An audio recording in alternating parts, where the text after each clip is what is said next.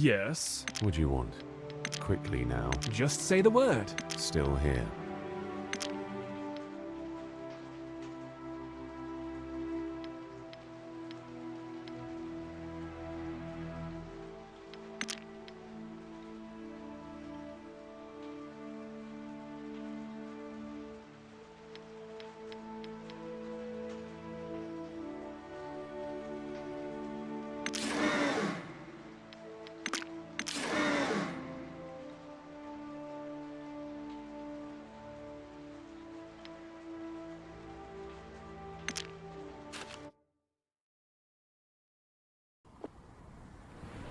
You board the ship bound for Nova Draconia, captained by veteran sea dog Vergon III.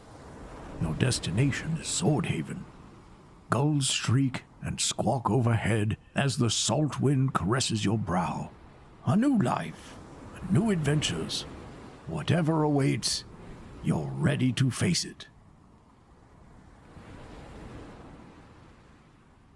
Cabin? Don't be ridiculous. You're led below deck into a dark and cramped space where sailors take their rest in various hammocks, bunks, and cots. Brimming with rats and other annoyances, this will be your home until the end of a long, tedious journey.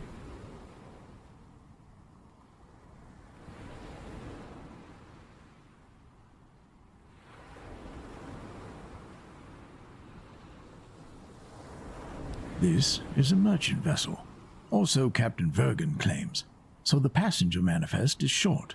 To be precise, there are 6, excluding yourself. Fiona, a young musician in search of adventure.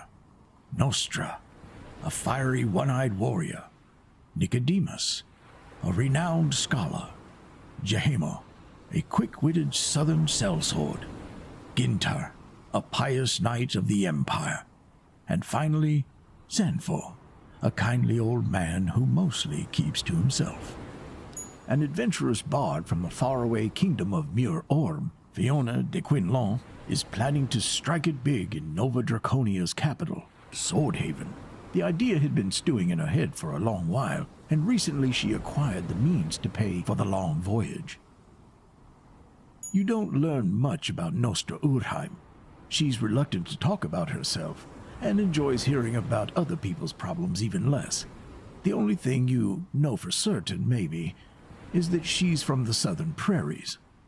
Nicodemus Pinecone is a scholar from the land of Malvia. Since ancient times, the Malvian Peninsula has been the Empire's center of learning and home to the largest library in the land. It's no surprise, then, that Nicodemus is visiting Nova Draconia to conduct scientific research, or so he claims. Jemahor the Eel is a traveling sellsword from the faraway Kufadian archipelago. Gregarious and jovial, his speech is steeped in sentimentality and cynicism. It's hard to tell whether it's an affectation or his genuine nature. Gintar of Kuldinga is a knight from a landless noble family. He is deeply religious and often expresses his reverence for the divines, particularly the Empire's chief deity, the dragon. Gintar spends much of his time in meditation, and he claims he's traveling to Nova Draconia solely for spiritual reasons. Xanfor claims to be a low-ranking Imperial official, though he's well educated in subjects ranging from history to astronomy. When you've spent some time talking to the old man, he tells you you're full of untapped potential. Quite flattering. Nicodemus Pine, Jemahor the Gintar of Kul. The ship rocks gently upon the calm sea.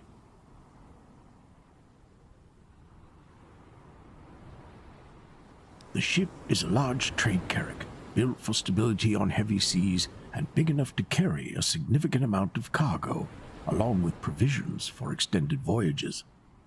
Below decks, you find an open crate full of chains and shackles, of a type made for human beings. It seems Captain Vergon is not only a simple merchant.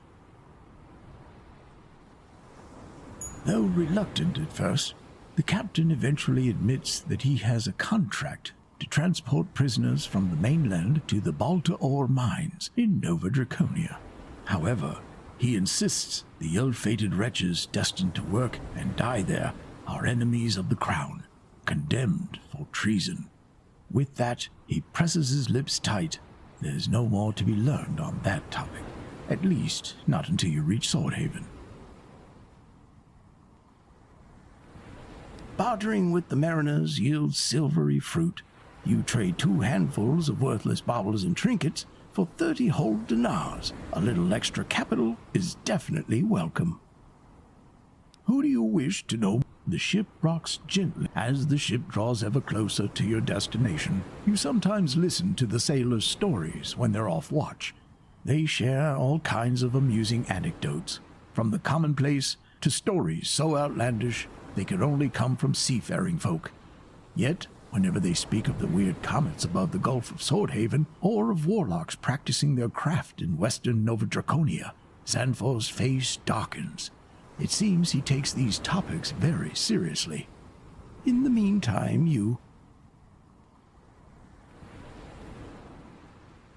Mending nets requires patience and a steady hand, but you put in the effort and manage to learn the basics.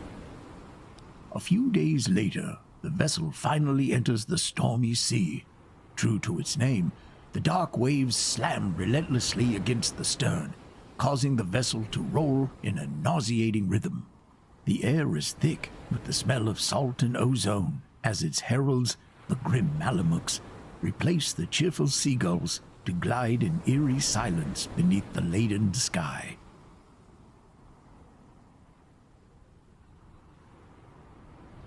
Many stories are shared in the relative comfort of the lower decks in the few days following. During one such gathering, a cabin boy, pale as death's maiden aunt, rushes down the companionway screaming between sudden peals of thunder, "There's a storm upon us!" You are not alone. Several crewmen are rushing around on deck. The other passengers have also come up, some fearful, some amused by the capricious weather. Captain Bergen roars out, "You must be out of your blasted minds! Get back down that hatch before..." A flash of light and an ear-splitting boom cuts him short. The lightning bolt, the grandfather of all lightning bolts, strikes the main mast, leaving you blind and deaf. You give your head a shake. As your vision returns, you see other passengers still covering their ears, while the crew races to furl a burning sail. A section of the mast lies on the deck, just a few feet away. There's someone beneath it. You stagger towards the poor soul and discover it's Xanfor, an elderly fellow you had spoken to during the voyage. As if bewitched, you fall to your knees beside the dying man. Xanfor fixes you with eyes watery from pain, and you lean closer to hear him over the storm. "Take this, my friend." A bloody cough erupts from him as he produces something from his jacket, a mysterious amulet on a silver chain. "Take it to Agranat the Enlightened in Swordhaven. I beg you. The fate of the world is at stake." Can it be true? How can the fate of the whole world depend on a cheap bit of jewelry?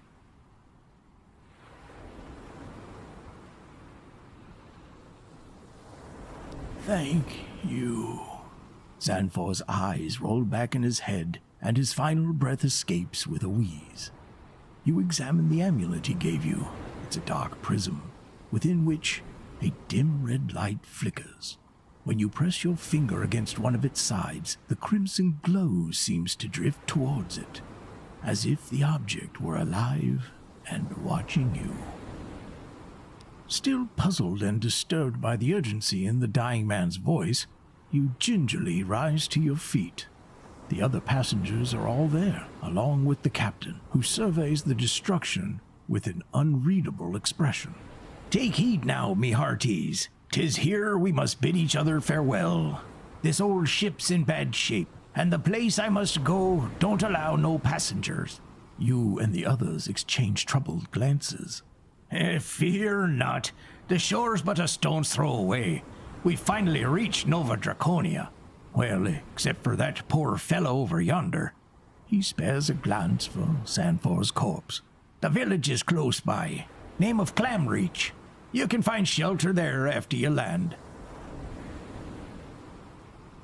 Captain Vergen shrugs off your objections, insisting that the ship won't make it to the capital in its current state, and the place where he's now headed is forbidden to outsiders. It seems you have little choice. The thunderstorm ended as abruptly as it began, the sky once more blue and blank as a new slate. And as the sun begins its rise in the east, for the first time you see land ahead. Nova Draconia.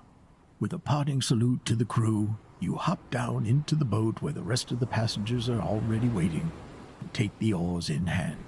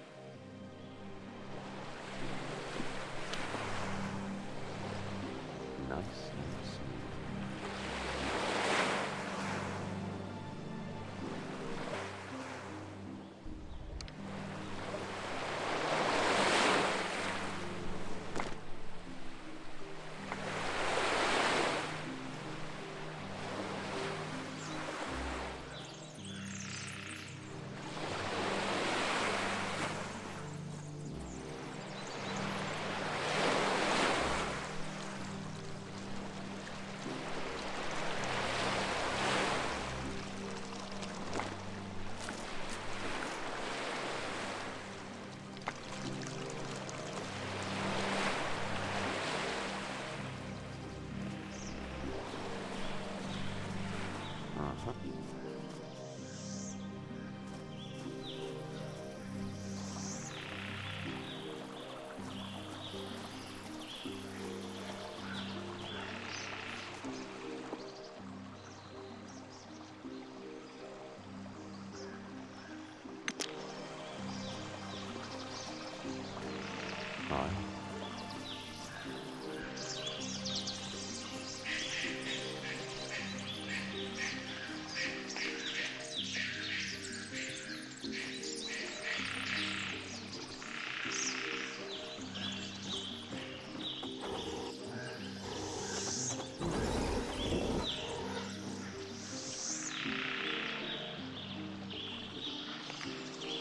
Sorry. Do it.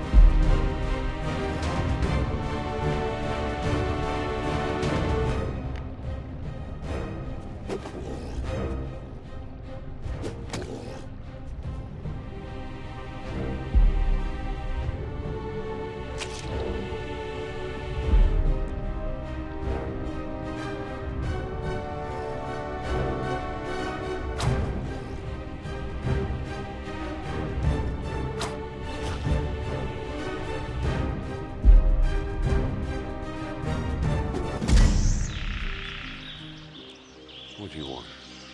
Quickly now.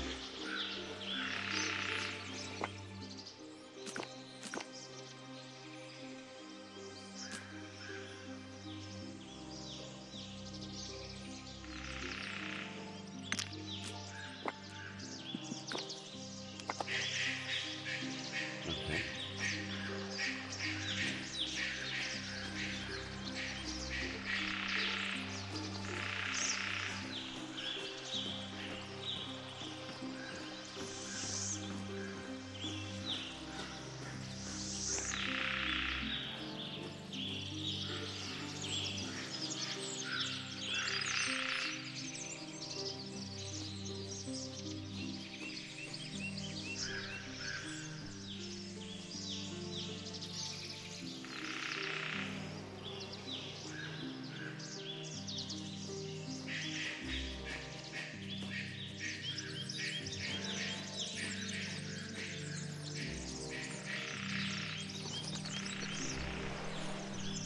Gonna see what's out there.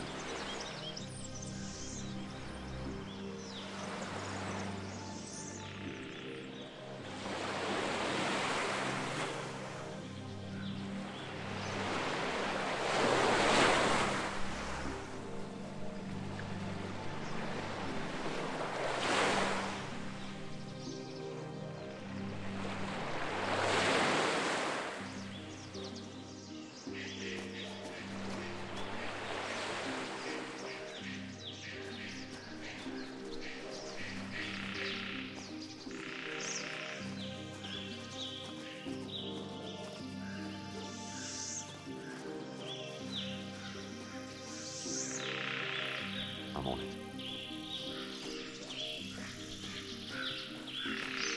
I've spotted something. What's that over there?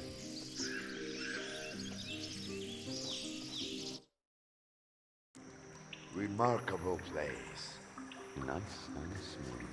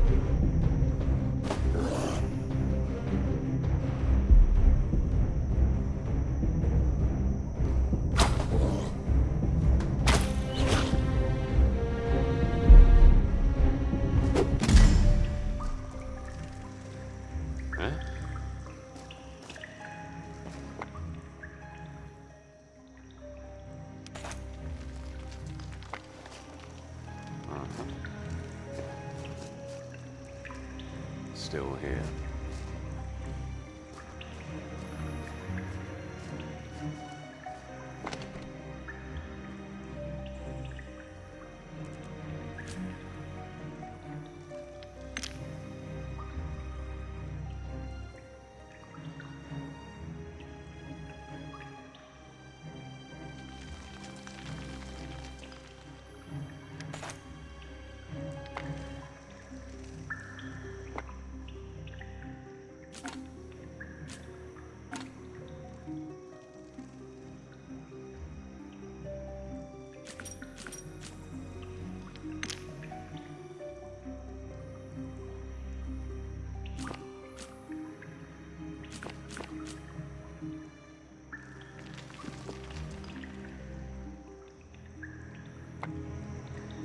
Aye.